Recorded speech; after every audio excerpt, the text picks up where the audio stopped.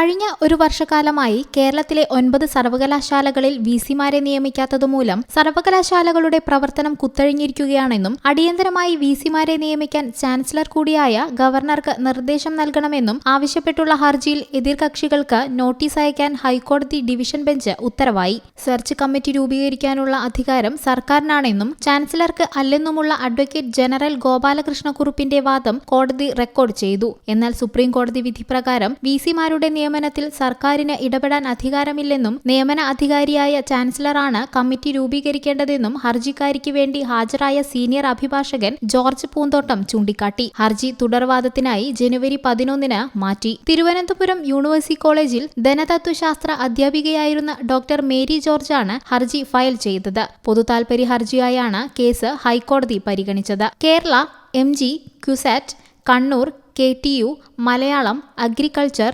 Fisheries നിയമ സർവകലാശാലകളിലാണ് സ്ഥിരം വിസിമാരില്ലാത്തത്. KTU നിയമപ്രകാരം 6 മാസത്തിൽ കൂടുതൽ താൽക്കാലിക വിസിക്ക് ചുമതല നൽകാൻ പാടില്ല എന്ന് വ്യവസ്ഥയുള്ളപ്പോൾ KTUവിൽ 1 വർഷമായി താൽക്കാലിക വിസി തുടരുകയാണ്. കേരളയിലും KTUവിലും വിസിമാരെ നിയമിക്കുവാനുള്ള നടപടി കൈക്കൊള്ളാൻ ഹൈക്കോടതി ഉത്തരവിട്ടിരുന്നിട്ടും ഇതുവരെയും മേൽനടപടികൾ സ്വീകരിച്ചിട്ടില്ല.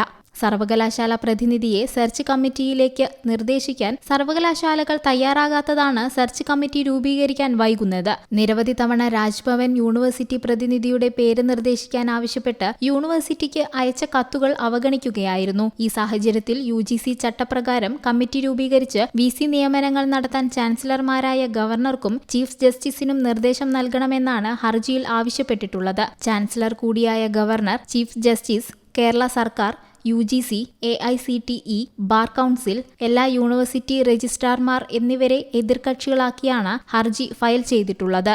News desk, you talk.